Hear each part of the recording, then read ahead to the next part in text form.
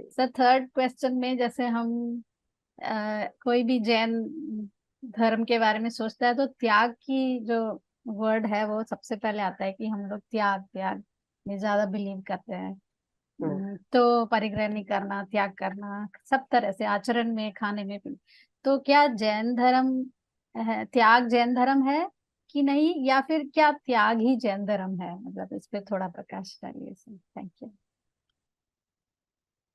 हाँ, बहुत सारी बातें जुड़ी हुई है इससे भी।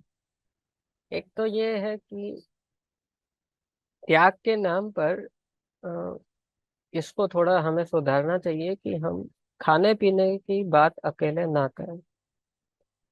क्योंकि जब भी ये छोड़ दिया, ये छोड़ दिया, तो क्या छोड़ा? ये खाना छोड़ दिया, इसका त्याग कर दिया, इसका त्याग कर दिया, इसका त्याग कर दिया। अपशब्द बोलने का त्याग कौन ने किया? तो बोले वो तो निकल जाता है गुस्सा करते हैं तो। फिर बहुत सारी चीजों का और त्याग हो सकता है ना। पर वो एक खाने पीने का चैप्टर चालू होता है तो वो एंडलेस है। और जितने लोग उतनी बातें, जितने लोग उतने श्रावकाचार बन सकते हैं खाने पीने में। तो आज भी व्रतियों में भी, त्यागियों में भी, अथवा सामान्य गृहस्थों में भी दो लोगों का श्रावकाचार एक जैसा मैच हो जाए तो मुश्किल है खाने पीने को लेकर। किसी को कुछ चलेगा, किसी को कुछ नहीं चलेगा, बहुत सारा ये हो चुका है। तो हमें जो नरेटिव है इसका थोड़ा शिफ्ट करना चाहिए। त्याग को बहुत एक अच्छे सेंस में देखा जा सकता है। निर्ग्रंथता से शुरुआत होती है जैन धर्म के दिगंबरत्व की। मुनिराज होते हैं सर्व परिग्रह के त्यागी। परिग्रह के त्याग का उपदेश है यदि बाह्य वस्तुओं में लेन देन की बात करना ही हो तो परिग्रह का त्याग होता है। अब हमने त्याग के नाम पे तो इधर उधर थोड़ा बहुत छोड़ दिया तो हमें लगता है हमने बहुत सारा त्याग कर दिया है। लेकिन परिग्रह का त्याग के नाम से शुरुआत होती है त्याग की चर्चा। त्याग धर्म के बाद तुरंत आकिंचन्य आ जाता है। तो उसमें कोई भी परिग्रह मेरा नहीं है। परिग्रह पे टारगेट होना चाहिए। अब वह परिग्रह बाह्य और अंतरंग दोनों है। ठीक है, अंतरंग परिग्रह में सबसे प्रथम मिथ्यात्व और अनंतानुबंधी आदि का त्याग। लेकिन उसमें भी बहुत अच्छी तरह सोचना चाहिए। जैसे अभी मैं बोलूँ आपसे कि अपने अपना होमवर्क करो और एक पेज पे लिखो 10 10 इंस्टेंसेस लिखो अनंतानुबंधी कषाय के जीवन में से, तो नहीं लिख पाएंगे। मैं कह रहा हूँ नहीं लिख पाएंगे। अप्रत्यक्षानावरण के 10 लिखो तो नहीं। अभी तो हमें ऐसा लगे हमारा तो सब अनंतानुबंधी ही होगा, हमारा अप्रत्यक्षानावरण हो भी सकता है कि नहीं ये भी नहीं पता। मैं कहता हूँ होता है। पता भी होगा आप में से कई लोगों को, पर जनरली ऐसा लगता है कि मिथ्या दृष्टि होंगे तो फिर सब कषाय अनंतानुबंधी होती होगी। कि नहीं, ऐसा नहीं है। चार अलग अलग प्रकृतियां हैं वो चारों की, और सबके अलग अलग उदय होता है। माने वो माँ अपने बालक के लिए क्रोध करे तो उसको अनंतानुबंधी कहोगे, तो वही कषाय सम्यक दृष्टि माँ भी करे तो वो अनंतानुबंधी नहीं है और ये अनंतानुबंधी हो गई। कि नहीं नहीं, उसके मिथ्यात्व तो है ना पर अंदर में। हाँ, लेकिन सारी कषायों को अनंतानुबंधी का लेबल नहीं दे सकते। जो प्रकट रूप से है उसमें डिफरेंसेस हो सकते हैं। अंतरंग में चल रहा है अनंतानुबंधी, ऐसा नहीं है कि अनंतानुबंधी दब जाता है, उपशम हो गया, ऐसा नहीं है। पर एक होता है कि जो आपको पकड़ में आ रहा है परिणाम कषाय, और एक ऐसा है कि जो चल रहा है पर पकड़ में नहीं आ रहा। जैसे मैं अभी आपसे पूछूं आपको क्या लेने का, खरीदने का मन हो रहा है अभी, क्या मन हो रहा है खरीदने का? बोले अभी को तो कुछ नहीं हो रहा। पर ऐसे देखो तो बहुत लंबा लिस्ट पड़ा होगा एक, कि अभी तो मुझे ये चाहिए, अभी तो वो चाहिए। तो है ना लोभ कषाय अंतरंग में, पर अभी है, अभी नहीं चल रहा। चल नहीं रहा का मतलब ये नहीं कि है नहीं। ऐसी अनंत अनुबंधी चल नहीं रही तो इसका मतलब ये नहीं कि वो है नहीं। तो इसका मतलब ये भी नहीं कि सब कषाय अनंत अनुबंधी हो गई। तो अभी ये इन सब पे काम होना चाहिए। अब अंतरंग परिग्रह को ऐसे एक एक करके देखा।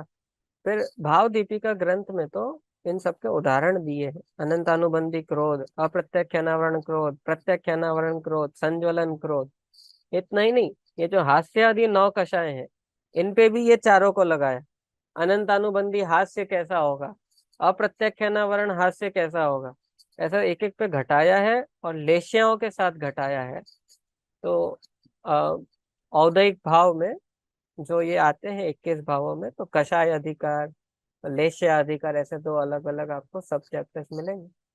ठीक है, उन एग्जाम्पल्स को एकदम सर्वथा मत पकड़ लेना, एग्जाम्पल ही है वो। पर हाँ, एक एक अटेम्प्ट किया है कि इनका मैप कर सको आप। ऐसे हमारे लाइफ में परिग्रह का त्याग करना है तो अंतरंग और बहिरंग में पहले आप, अच्छा चलो अनंतानुबंधी आदि चार को छोड़ दो, लेवल्स को छोड़ दो।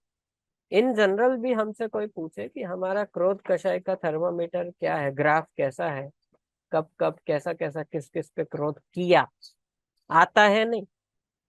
मुझे आ जाता है जब ऐसा होता है, ये अनध्यवसाय है। जब ऐसा होता है तब मुझे ऐसा होता है। जब कोई ऐसा कोई मतलब कोई पागल व्यक्ति करेगा तो हमें थोड़ी गुस्सा आता है। कोई घर का मेंबर कुछ कर दे, उसमें भी ये व्यक्ति करे तो हमें आता है गुस्सा, ये नहीं करे तो वो नहीं आता। Be specific. अनध्यवसाय की भाषा से तत्व निर्णय नहीं होते। पंडित जी साहब कई बार कहते हैं ऐसा कि अनध्यवसाय नहीं रखो ये, जब जब ऐसा होता है तो मुझे ऐसा होता है। ऐसा नहीं। स्पेसिफिकली आप अपनी कषायों को थोड़ा एक बार करो पॉइंट आउट, मिथ्यात्व को, कषायों को, सात तत्व संबंधी भूल जो बताई है उसको दे। तो ऐसे करके तो अंतरंग परिग्रह का त्याग एक है और एक बहिरंग परिग्रह है। अब बहिरंग परिग्रह में जो 10 वस्तुएं हैं, मतलब खाने पीने का तो कुछ ज्यादा रोल नहीं है उतना।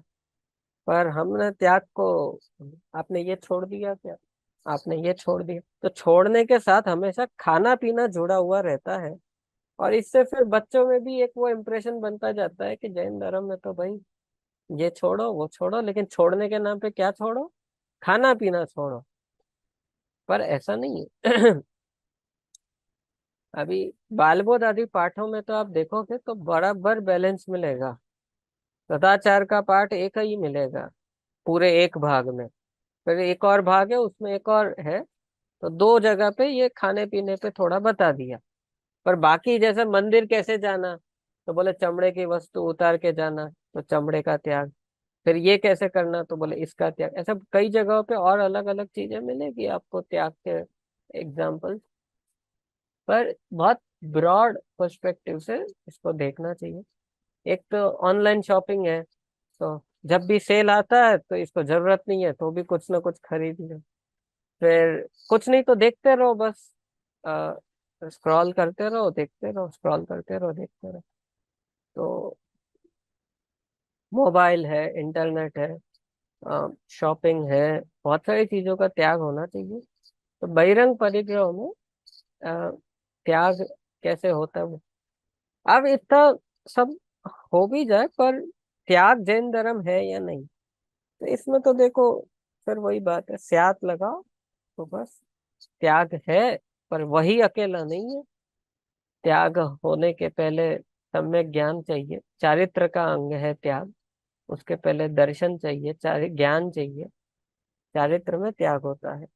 चारित्र में मिथ्या चारित्र से ग्रहण किया था, सम्यक चारित्र से त्याग होगा।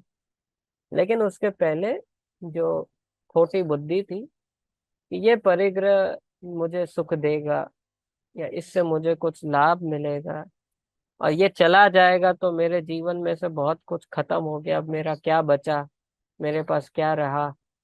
तो ये जो बुद्धि है, ममत्व एकत्व आदि, इसका त्याग होता है। और साथ साथ में फिर पांच पापों का त्याग। अभी अ, अभी इसमें भी देखो ऐसा है, हमें ऐसा लगता है अणुव्रत मतलब पंचम गुण स्थान। ठीक है, अणुव्रत मतलब ऐसा लगता है, पर उसको इतना ज्यादा गुण स्थानों के साथ जोड़कर देखने की जरूरत नहीं है। आप कोई भी श्रावकाचार ग्रंथ देखिए, गुण स्थानों की चर्चा आपको नहीं मिलेगी।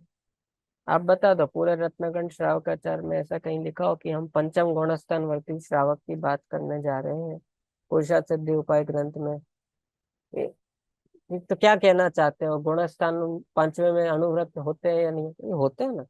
तो पांचवे के पहले भी होते हैं, चरणान योग से पूछो तो होते हैं, करणान योग से पूछो तो नहीं होते। तो हमें ऐसा लगता है कि अणुव्रत तो हम अभी नहीं कर सकते, क्योंकि वो तो सम्यक दर्शन के बाद होता है और पांचवें गुणस्थान में होता है। पर मुझसे अगर आप पूछो तो अभी हम जितने लोग यहाँ बैठे हैं, सबके जीवन में अणुव्रत चल रहे हैं। ऐसे कैसे? हमने तो कभी लिया ही नहीं है। अरे, पांच पापों का थोड़ा त्याग, इसका नाम अणुव्रत है।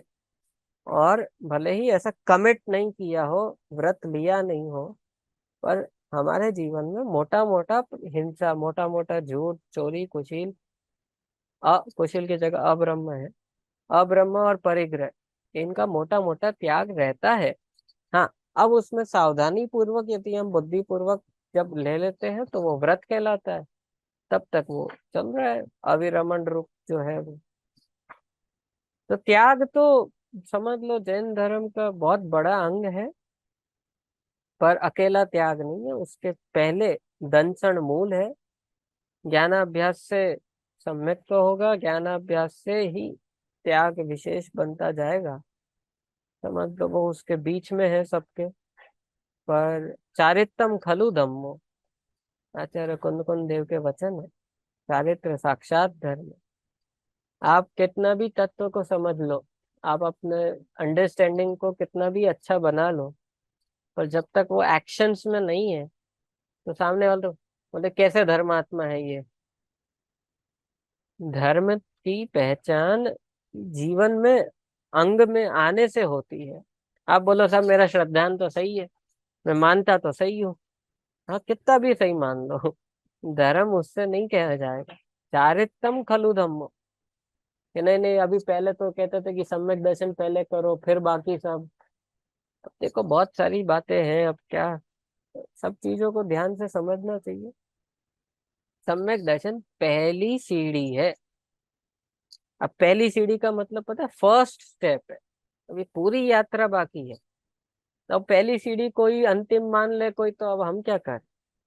जो जो सम्यक दर्शन की तैयारी कर रहा है, उसको ये पता है कि इसके आगे मुझे अभी और इतना जाना है, तो वो पहली स्टेप के लिए तैयार बराबर हुआ है। नहीं तो उसने कोई दूसरी जगह पे पहली स्टेप पकड़ ली है, वो पूरे मार्ग को नहीं समझा अभी उसने। जो मार्ग का सही श्रद्धान करे, तो वो प्रथम सीढ़ी ही लगेगी उसको। ऐसा नहीं लगेगा कि मैंने बहुत कुछ कर लिया। तो और चारित्र साक्षात धर्म है। दिगंबरत्व, आप आप प्राचीन समय में देखो, यदि मुनि धर्म से जैन धर्म की पहचान रही है, श्रावकों से जैन धर्म की पहचान नहीं है। मुनिराजों से जैन धर्म की पहचान है। और ये त्याग की प्रतिमाएं हैं, वे त्याग धर्म को रिप्रेजेंट करने के लिए सबसे बड़ा एक हमारे सामने यदि कोई उदाहरण है तो एक जैन निर्ग्रंथ दशा, ये साक्षात त्याग धर्म है।